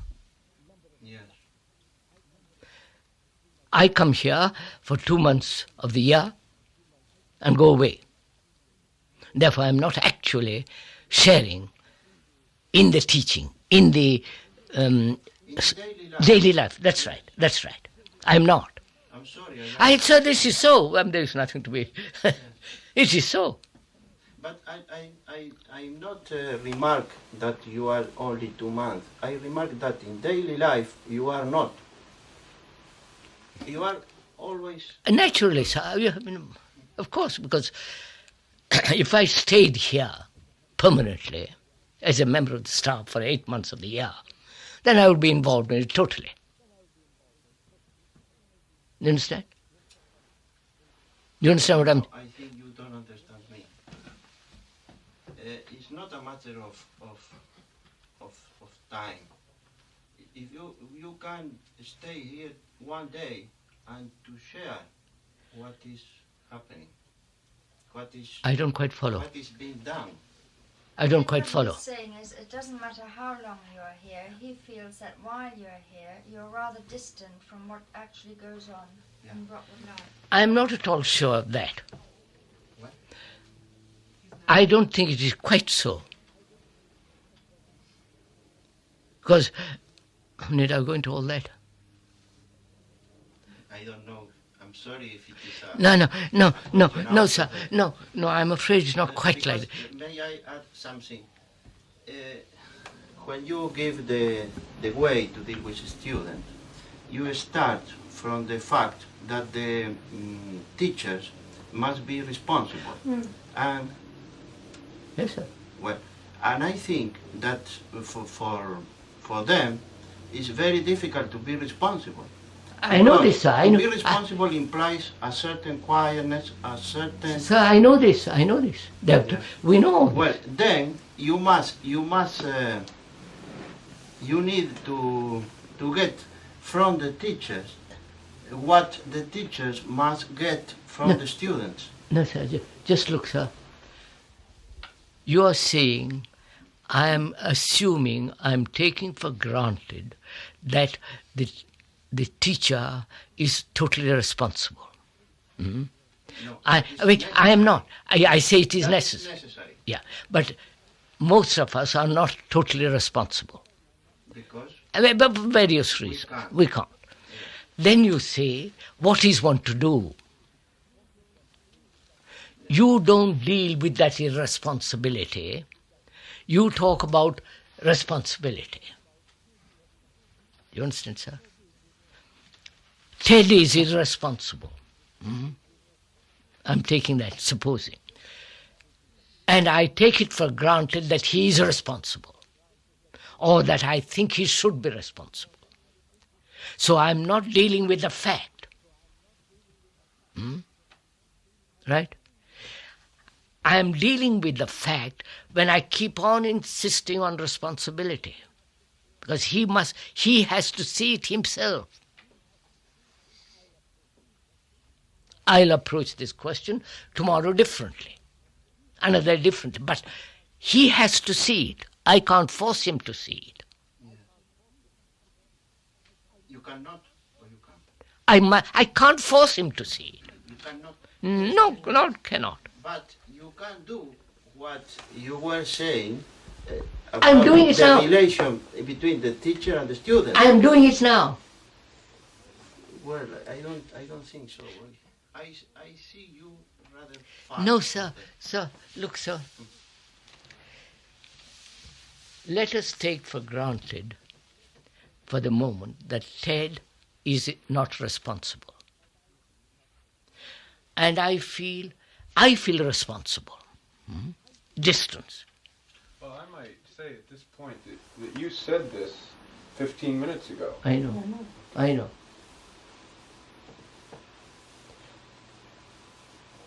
I don't think he's... So what am I to do? I feel responsible and you don't. You don't. What am I to do? Well, what you are saying. Which is what? I keep on... Huh? To be nearer. He is being nearer now. Right here, he just said to you, Hector, he said, you're not responsible. What shall he do? He just said that. You are not responsible. What should he do? He just asked you. To be nearer. We are near now, yes. That's what we're talking about now.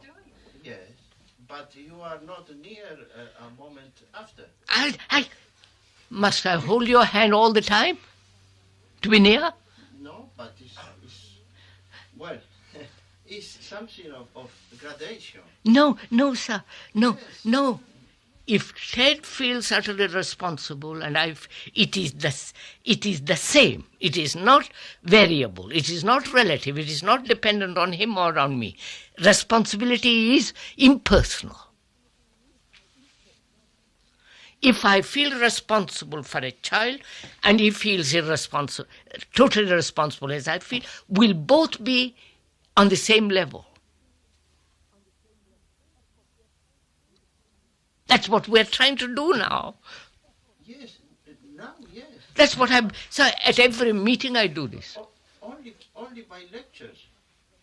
Then what am I to do? Hold your hand? Sit next to you? Tell you. What you were saying, when you say the teacher to be next to the student. Look. It's only some appreciation. I don't want to insist in that. We are doing this, sir, all the time, aren't we?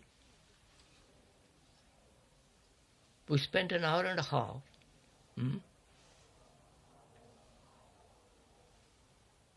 Making each other, helping each other to be responsible. Yes, I think it was good. I mean, we are doing it. It's into the... And we are doing this practically every day. Whenever we meet, discuss, this is what we're doing.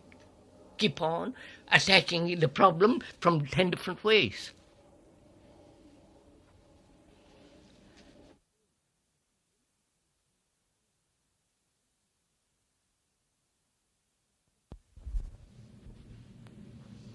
Be with it. What else can I do? No, what? How do you see it? How do you know the meaning of irresponsibility? Is it just a feeling that you are irresponsible, or you are really irresponsible? I see for a fact that I am not then available. What will you do with, totally. no, then what will the fact do to you? You understand? Increase it. No. Isn't the seeing of that fact responsibility? No, I see the fact that I am irresponsible. The fact, not my idea of responsibility. the fact. The fact that I really don't care. What does that do to me?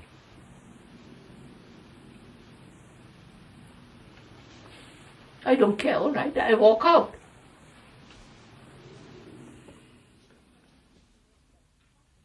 Or that fact does something to me. I meet a snake, the fact. The fact is going to tell me what to do. Right? Doesn't it? Yes, it opens and moves me at that second. So what will you do? That at that second you are responsible. Something opens at that second. Which means what? We are talking of responsibility. When you see actually the fact that you are not responsible, either that two actions take place. You say, all right, I'm responsible, and walk out. Or you look at the fact. And I stay with it. You look at that is looking at means remaining with it. That fact that operates. And isn't that responsibility? They what? And isn't that responsibility? That's what takes place, isn't it? I've been irresponsible, and I say, but suddenly I become aware that I am irresponsible, and I say, yes, all right, what of it? I'm bored with the damn thing, and I will. Or I watch that fact. I'm with that fact. That I am neurotic or whatever it is, I look at it. And I remain with it. And that fact tells me, operates, which means as the snake makes me operate, all the rest of it. Huh?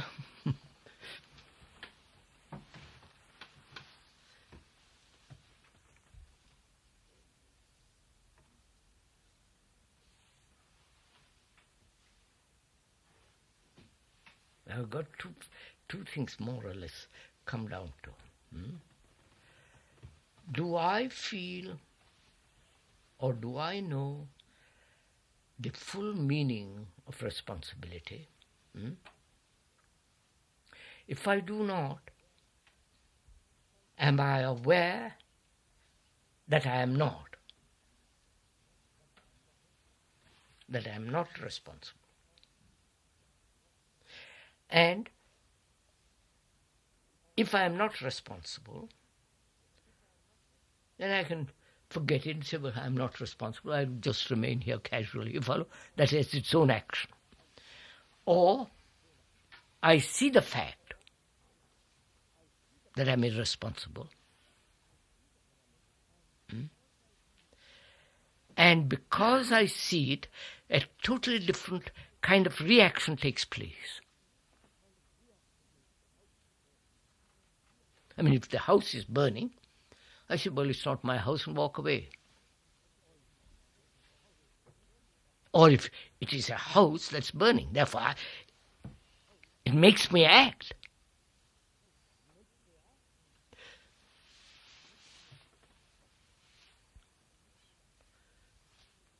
So how would I, better stop, it's now 1:15. How would I, feeling responsible, I think I'm responsible, deal with a student who comes out of that field? That's what we began. I say that responsibility makes me extraordinarily alert to you, sensitive to you.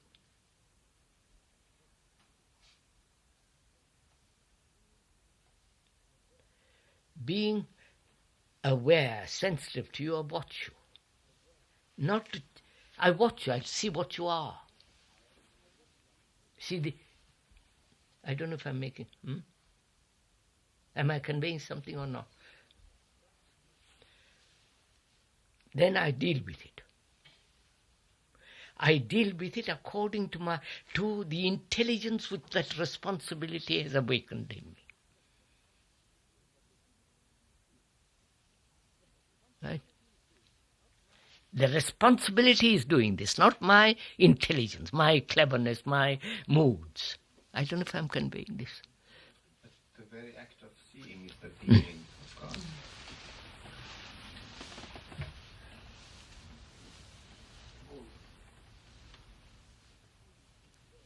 If the food is being burnt, I am responsible for it. I do something, actually, instantly. And say, I'm not responsible, she's responsible, I'd walk away. So,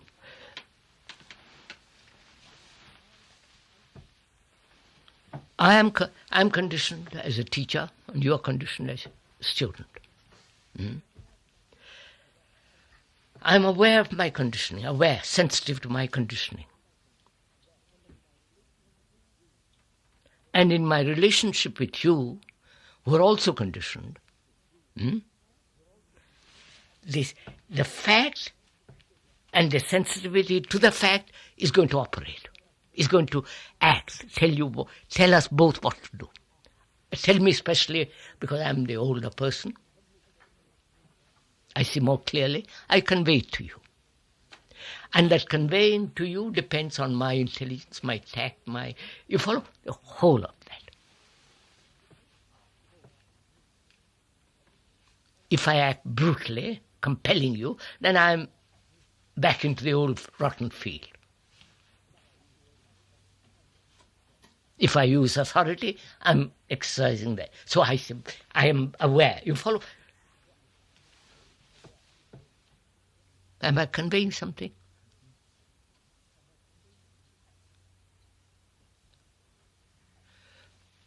Well, if you act brutally, you have in fact chosen not to care. What's that? You're at this point of choice. Yes.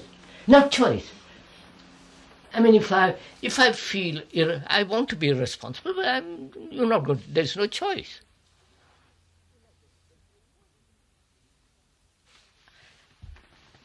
So, the use of the word choice, I'd rather...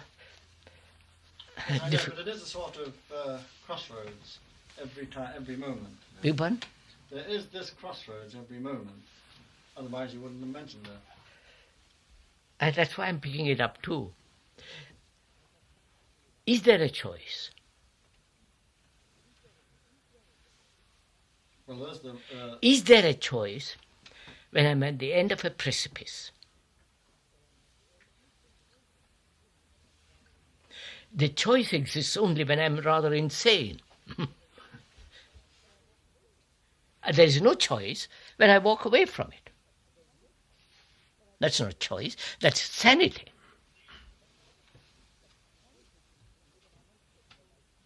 Choice exists only when I'm uncertain whether I should throw myself over or restrain myself. When I see what precipice is, unless I'm completely cuckoo, the choice doesn't enter into the field at all.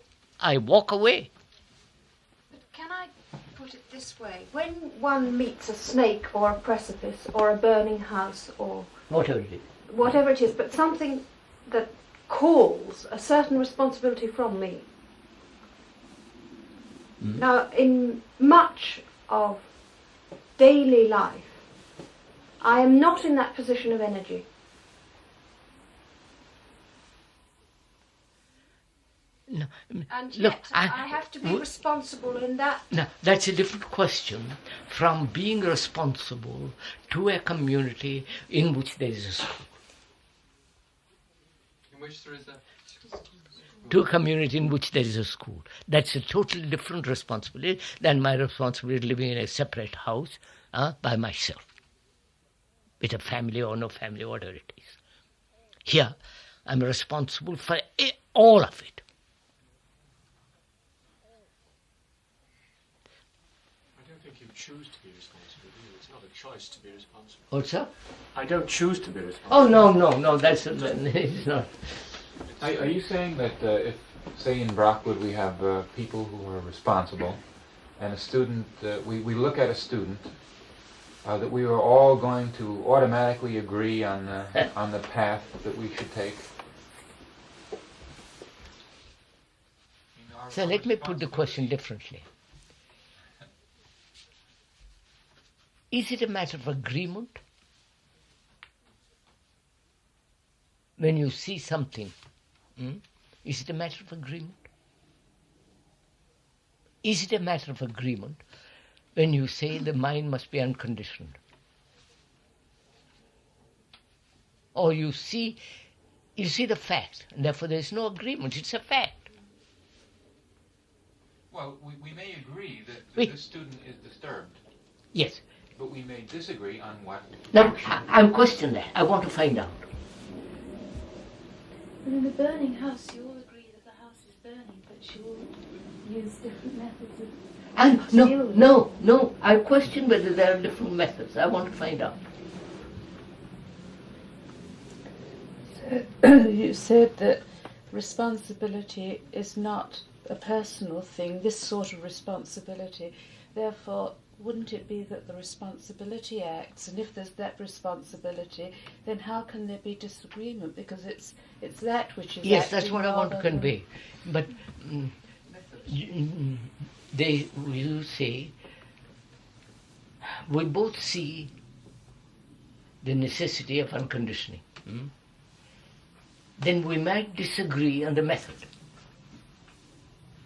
You might say, well, let's do it this way, and I'd say, no, that's wrong way. I think that disagreement should never arise.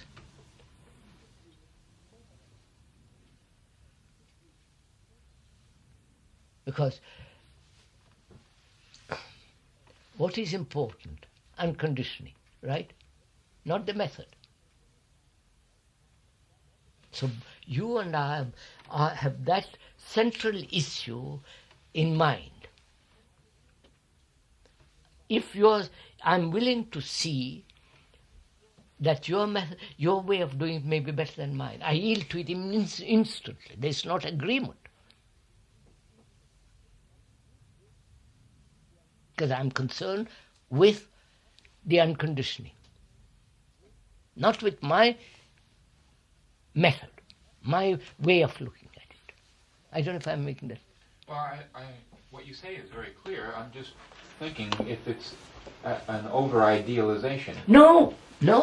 I said if both of us are concerned with the primary issue, if both of us are concerned with building a house, then I will yield to you. Or you will yield to me. We get on with it. I don't stick to my method of building a house. We find out what's the best. That's not an over-idealization. Well, I can see where matters of judgment... Is there a matter of judgment? In certain cases, no, but in other cases, yes. I think. Therefore, I can't... to look at the cases where therefore, there's no judgment, I am no judgment. completely open. I'm completely willing to look at what you're saying. Can I give you an example so that I can clarify what's happening? Let's suppose that there's a light socket there, and you have a European socket to go in it, and you want to put that in there, and because you put it in there before, right? And I say, well, there's an adapter. This looks like an adapter that if you put that in there, then you can put the other there, and it works quite easily. But suppose that you say, no, I want to put this in. Now, then what I would like to see what you say, no, I want to put this without the adapter, I want to put that in. Then, is that what you're saying? That the person suggests something? Honestly, I didn't have that example in mind. No, you didn't have an example, obviously. But you're looking at people considering a situation, and one of them suggests something and the other one suggests something. Fine, we can look at that, all right. But what do you want to arrive at when the two suggestions happen?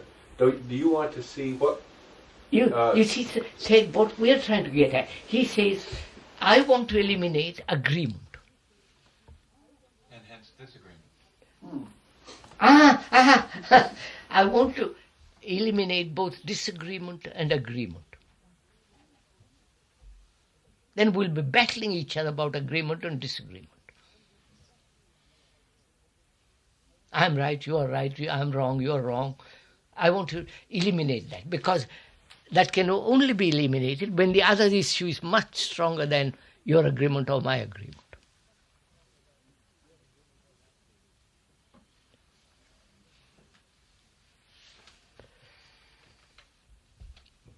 I don't know if Say that you suggest using an adapter, which you feel is more intelligent, and the other person still doesn't want to do that. Doesn't see it. Doesn't see that. You know, they don't see it. They've been putting the plug in there before, and they don't. Then what would you do? What would I do? What would you do? Well, that's... What would you do? Actually, what would you do? Well, if I know that there's no harm going to come from using it without the adapter, fine. Let Go him ahead have and it. try to use it. Let him have it. He's a stupid old man. He insists on his old habit. Let him have it. But what if we have a student, though, Well, you can't. in which I see that he's disturbed? Someone else sees he's disturbed.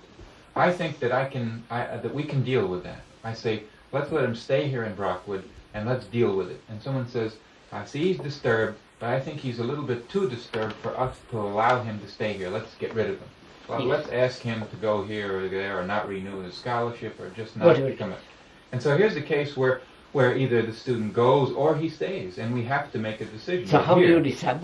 Proceed, sir. There is no disagreement. I mean, there is no agreement here, but people honestly feel responsible for the person.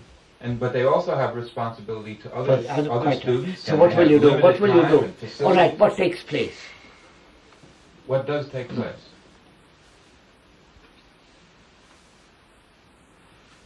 Well, I have to do it hypothetically because we don't... No, we've actually had to deal with it. But there was no real disagreement there. You know, I mean, there was no real disagreement. Yes, there was uncertainty. There was uncertainty, yeah. We were unclear. I mean, but we were honestly unclear. I mean, it wasn't that one of us knew what to do and another one knew what to do. I mean, it's just that we didn't have the experience or whatever it was. But we had to act. We became very sensitive to the particular student. Yeah, we had and to we act. listened to what everybody else had to say, and we picked up, without sort of taking a nominal vote, what was the overall for this place, not including the student who was part of this place, and acted from what felt right for this place. It may have been a wrong way, but that is actually how we dealt with it.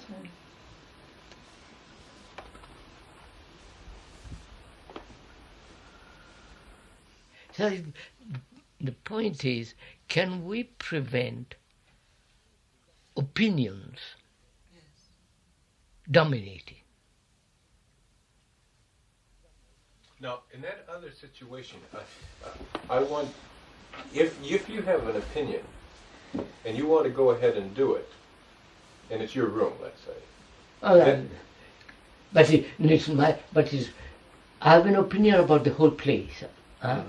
Students, teachers, I have an opinion. I stick to my opinion. Now, how am I... Exactly. Yes. And I'm trying to prevent, I want to prevent myself and in you the formation of opinion and holding on to them. That's part of my conditioning. Part of the rotten field from which I've come. We think through opinions we're going to find truth. And in a more ordinary way, with opinions, we do our everyday... Yes. We have our... Now, say for instance, collectively, why should we have opinions? Why should we? Why should we have opinions? Well, couldn't we have an opinion in order to direct our action? But as soon as we see there may be a direction of action without opinions. Let's find out. But sometimes the action is complex and requires the introduction of symbolic models and so on, and then we cannot know about the result. Then we have an opinion. No. Sir, no, I think we better stop. It's now 1:30. No, we'll do it tomorrow. Continue again. Sorry, it's 1:30. I didn't realize it. That poor dog must be...